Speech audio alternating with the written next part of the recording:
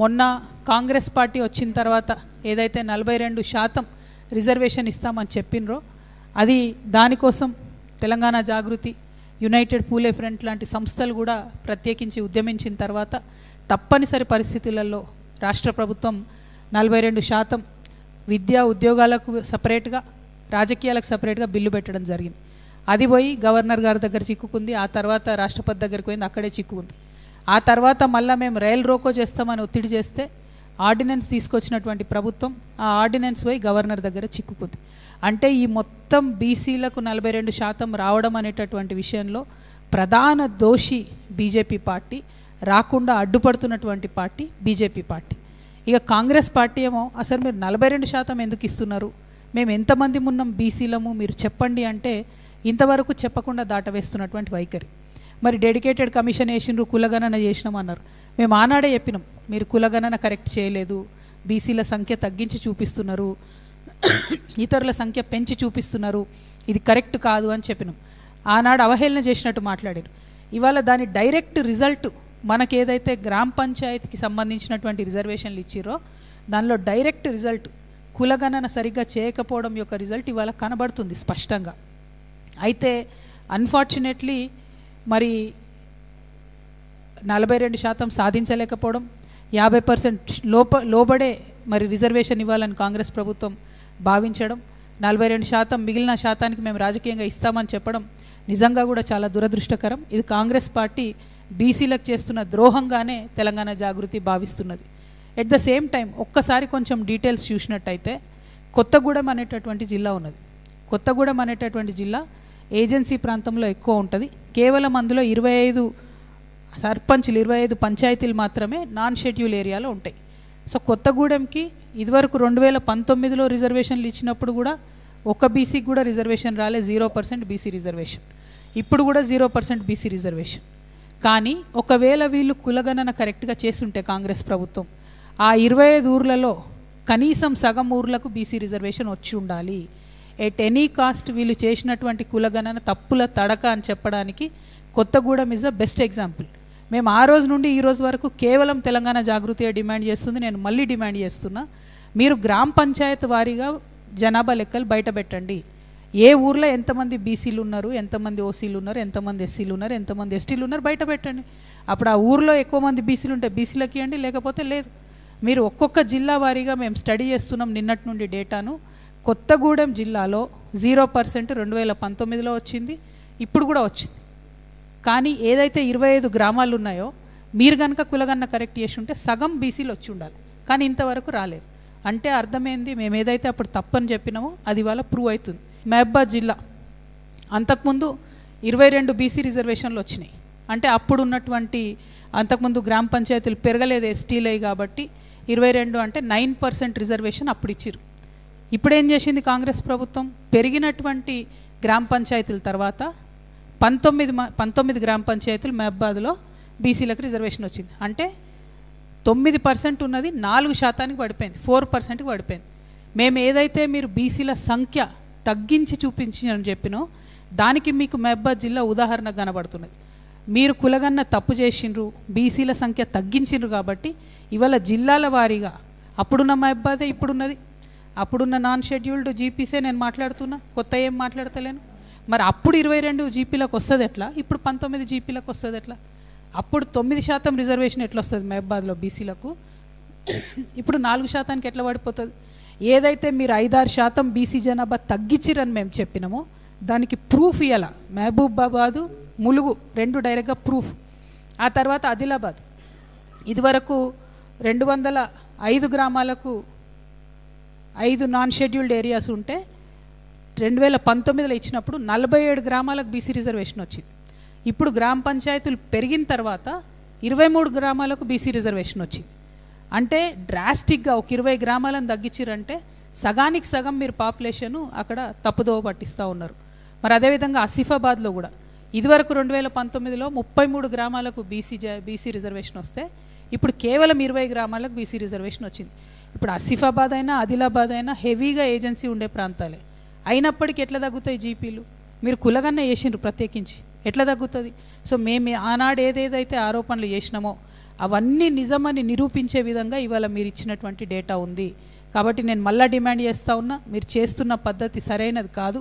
ఇప్పుడు ఏదైతే మీరు రిజర్వేషన్ ఇచ్చిండ్రో మొత్తం గ్రామ పంచాయతీలు 12,735 గ్రామ పంచాయతీలకు ఎన్నికలు ఉంటే అందులో ఏజెన్సీ గ్రామ పంచాయతీలు పక్కన పెడితే 10,223 గ్రామ పంచాయతీలలో కేవలం మీరు 2,176 అంటే 21% మాత్రమే బీసీలకు రిజర్వేషన్ మీరు ఇవ్వడం జరిగింది. 12,000తో లెక్క కడితే 17%లా కనబడుతుంది.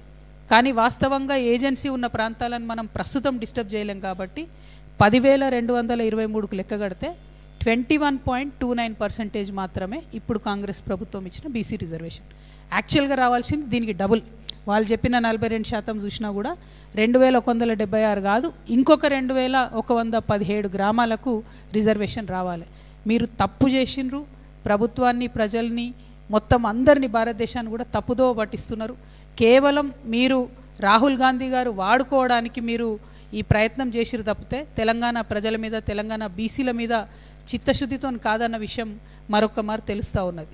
అట్లనే మీరు ఇచ్చినటువంటి జీవో చూసుకున్నట్టయితే ఎంత వేరియేషన్ అంటే 2011 దాంతోనే మీరు ఎస్సీస్కి, ఎస్టీస్కి ఇస్తున్నారు ఏది రిజర్వేషన్. కానీ బీసీలకు వచ్చేటప్పటికి ఈ సోషియో ఎకనామిక్ సర్వే ఏదైతే మీరు చేసిండ్రో దాని ప్రకారం ఇస్తున్నారు. అది కూడా మీరు కంప్లీట్గా ఫాలో అవుతలేరు. నేను ఇక్కడ డైరెక్ట్ అలిగేషన్ చేస్తున్నా, కొన్ని జిల్లాలలో ఎస్పెషలీ కొత్తగూడెం లాంటి జిల్లాలలో కంప్లీట్ రాజకీయ ప్రమేయంతో రిజర్వేషన్లు వచ్చినాయి. మీ ఎమ్మెల్యేలు, మీ మంత్రులు ఎవరికి చెప్తే, ఏ ఊరిలో చెప్తే ఆ ఊరిలో రిజర్వేషన్లు ఇచ్చిరు తప్పితే లెక్క ప్రకారం చేయలే. మీరు లెక్క ప్రకారం నిజంగానే సోషియో ఎకనామిక్ సర్వే బేసిస్ మీద చేసి ఉంటే కొత్తగూడెంలో ఫ్రీగా ఉన్న 25 గ్రామాలకు మరి ఖచ్చితంగా సగానికి సగం బీసీలకు వచ్చాయి. రాలేదు అంటే రాజకీయ ప్రమేయం 100% జరిగింది. ఇది మేము అలిగేషన్ చేస్తూ ఉన్నాం ప్రభుత్వం మీద. చాలా చోట్ల జిల్లా కలెక్టర్లు చెప్పినరు, మంత్రి గారు ఎవరికి చెప్తే ఆ ఊరు ఆ రిజర్వేషన్ ఉండాలి తప్పితే కాన్స్టిట్యూషన్ జాంతానయ్య అని కాంగ్రెస్ అన్న విషయాన్ని చెప్తున్నారు. I'm asking mister Rahul Gandhiji, will the reservation B according to your ministers wish and will? Will the reservation be according to your chief minister's wish and will, or will the reservation be according to the constitutional guidelines? Dear Rahul Gandhi ji, please answer people of Telangana. You are using Telangana data across India to campaign and to say that Congress party is a champion of OBC reservation. This is not correct. You have not taken X-ray of Telangana. You have completely ruined our anatomy. You have completely ruined the fabric of Telangana. This is not correct. ఇవాళ నేను కోరేది ఒకటే, ఒకవేళ నిజంగా Congress party చిత్తశుద్ధి ఉంటే చాలా places ఉన్నాయి. ఇప్పుడు మందమరి మున్సిపాలిటీ ఉంది, అసలు ఎలక్షనే అవుతలేదు అక్కడ, ఎన్నో ఏళ్ళు అయిపోయింది. ఇప్పుడు ఇవాళ మేము లాస్ట్ టైం ప్రెస్ మీట్ పెట్టినప్పుడు చెప్పింది, నాగర్ కర్నూల్లో ఒక 5 గ్రామాలు ఉన్నాయి. 5 గ్రామాల్లో నాగర్ కర్నూలు జిల్లాల్లో ఒక్క ఎస్టీ కుటుంబం లేదు. అయినా 5కి ఎస్టీ రిజర్వేషన్ ఇచ్చారు. మేము అప్పుడే ప్రెస్ మీట్ పెట్టి చెప్పినాం, ఇది కరెక్ట్ కాదు, ఇది సరి చేసుకోండి ఆఫీసర్లని. మళ్ళీ సేమ్ అదే తప్పు ఇప్పుడు రిపీట్ అయింది. ఈ 5 గ్రామాలకు ఇప్పుడు ఎలక్షన్లు కూడా అవుతలేవు. అంటే ఎంత లాపర్వా మీకు, ఎంత లెక్కలేనితనం ప్రజలంటే. బీసీలను ఇట్లా మభ్యపెట్టాలని చూడడం కరెక్ట్ కాదు. ఇటువంటి బీసీ ద్రోహి పార్టీకి తెలంగాణలో స్థానం లేదు. నేను తెలంగాణ బీసీ బిడ్డలకు పిలుపునిస్తూ ఉన్నా, ఎక్కడికక్కడ కాంగ్రెస్ గద్దెలను కూలగొట్టేసేయండి. మనకు అవసరం లేదు ఈ పార్టీ, బీసీలకు ద్రోహం చేసేటటువంటి పార్టీ. ఇంకా ఈ అందానికి ముఖ్యమంత్రి గారు డిసెంబర్ 2వ తారీఖు ఏ కొత్తగూడెంలో అయితే మీరు కంప్లీట్గా బీసీలను అవమానపరిచినరో, ఏ కొత్తగూడెంలో అయితే మీరు ఇవ్వగలిగి ఉండి కూడా ఇవ్వకుండా 0% బీసీ రిజర్వేషన్ చేసిరో, మీరు ఇంక అక్కడికే పోయి ప్రచారం స్టార్ట్ చేస్తూ అంటారు. ఏమని ప్రచారం చేసుకుంటారు? బీసీలను మోసం చేసిన అని ప్రచారం చేసుకుంటారా? మొన్న ఖమ్మం పోయినప్పుడు కూడా మేము చెప్పడం జరిగింది, మొత్తం యావత్ ఉమ్మడి ఖమ్మం జిల్లాలో కేవలం ఒకే ఒక కొత్తగూడెంలో బీసీ ఎమ్మెల్యే గెలిచినరు. కొత్తగూడెం తప్ప బీసీలకు ఎక్కడ ఆ జిల్లా, ఉమ్మడి జిల్లాలో స్థానం లేకుండే. ఇప్పుడు అదే జిల్లాలో మీరు కనీసం ఒక బీసీ సర్పంచ్కు చోటు ఇవ్వకుండా మళ్ళా పోయి అక్కడనే ప్రచారం చేస్తామంటే ఇది డెఫినెట్గా బీసీలను అవమానపరచడమే. ఖచ్చితంగా కాంగ్రెస్ గద్దెలు కూలాల్సిందే. మనకు అవసరం లేదు ఆ పార్టీ. ఇవాళ బీసీలు ముందడిగేసి చైతన్యం నింపుకొని కాంగ్రెస్ మీద యుద్ధం చేస్తే తప్పితే మనకు రిజర్వేషన్లు రావు. ఏం చెప్పారు ముఖ్యమంత్రి గారు? నేను అఖిలపక్షాన్ని తీసుకుపోయి ఢిల్లీలో కూర్చోబెడతా అన్నారు. బడే బాయ్ అని చెప్పి బడే బాతా బోలే. ఒక్కసారన్నా మోడీని అడిగిండ్రా మీరు? కనీసం ఒక్క లెటర్ అన్న మీరు చూసిరానా? ఇంతమంది మీడియా మిత్రులను not even a single letter to Modiji asking for speedup in the process. ఎందుకు? జయలలిత గారు అప్పుడు పోయి 20 రోజులు కూర్చొని బలవంతంగా చేపించుకొని వచ్చింది పివి నరసింహారావు గారితో. ఏది మీ చిత్తశుద్ధి ఎక్కడుంది? ఎప్పుడు ఫైట్ చేసిరు మీరు బీసీల కోసం? ఎందుకు వేయాలి బీసీలు మీ కోట్లు? నేను మా బీసీ అన్నదమ్ములు కోరుతా ఉన్నా, ఎక్కడెక్కడైతే అన్రిజర్వ్డ్ మొత్తం గ్రామ పంచాయతీలు ఉన్నాయో అన్ని చోట్ల బీసీలు నామినేషన్ వేయండి. అన్నిటికన్నీ మొత్తం బీసీలే గెలవాలి. ఈ పార్టీ ఆ పార్టీ అని చూసేది లేదు. అన్నిటికన్ని చోట్ల బీసీలు గెలవాలి. అప్పుడు కానీ బుద్ధి రాదు అన్ని పార్టీలకి. ఒక పార్టీ వాళ్ళేమో నిద్రపోతారు, లేవరు. ఇంకో పార్టీ వాళ్ళు ఎవరైతే చెయ్యానో వాళ్ళు మాటనే మాట్లాడరు. ఇంతవరకు రియాక్షన్ లేదండి. ఇంత తప్పుల తడకగా వస్తే భారతీయ జనతా పార్టీ నుంచి ఇంతవరకు కనీసం రియాక్షన్ లేదు. అంటే కళ్ళెదుట ఇన్ని ప్రొసీజర్స్ వైలేషన్ అవుతుంటే, ఇంత తప్పు డేటా వస్తుంటే బీజేపీ రియాక్ట్ కాదు. ఇక ప్రతిపక్షం సంగతి నేను మాట్లాడితే నన్ను బదనాం చేస్తారు అందరు. మేము మాత్రం జాగృతి నుండి డిసైడ్ అయినాం, ఖచ్చితంగా అన్ని గ్రామాలలో బీసీలు అందరూ నామినేషన్ వేయాలి, వేసేటట్టుగా మేము ప్రయత్నం చేస్తాం. ఎట్ ద సేమ్ టైం మేము మరి గ్రామ పంచాయతీ ఎన్నికలు వచ్చిన సందర్భంలో మీ అందరికీ తెలుసు జాగృతి జనంబాట కార్యక్రమం కొనసాగుతూ ఉంది. యాజ్ పర్ షెడ్యూల్ రేపు కామారెడ్డిలో జరుగుతుంది. కానీ కామారెడ్డి తర్వాత ఉండేటటువంటి షెడ్యూల్లో మేము స్వల్ప మార్పు చేసుకొని అది గ్రామాలలో కాకుండా జాగృతి జనంబాట కంప్లీట్ హైదరాబాద్ పట్టణంలో కొనసాగే విధంగా జిహెచ్ఎంసీ పరిధిలో ఉన్నటువంటి 15 నియోజకవర్గాల్లో కూడా ఈ 15-16 రోజులు జిహెచ్ఎంసీలో నిర్వహించుకుంటాం. ఆ తర్వాత యథాతథంగా మళ్ళీ జిల్లాల నుంచి రెజ్యూమ్ చేసుకునే విధంగా మా యొక్క జనంబాట కార్యక్రమాన్ని స్వల్పంగా మార్చుకుంటా ఉన్నాం.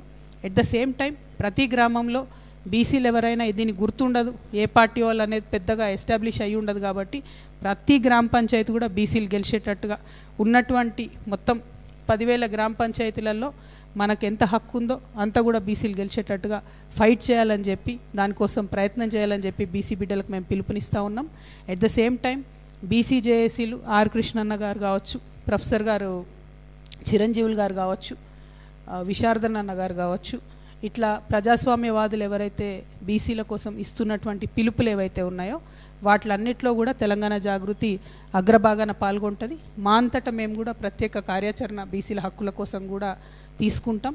ఇవాళ మేము ఈ విషయాలన్నీ కూడా ఏవైతే డేటా తప్పుల తడకగా ఉందన్నటువంటి విషయాన్ని, గ్రామ పంచాయతీల వారీగా డేటా ఇవ్వాలన్న విషయాన్ని మరొకసారి గట్టిగా చెప్తూ ఫ్యూచర్ కార్యాచరణ అంతా కూడా మీరు రేపటి నుండి చూస్తారు.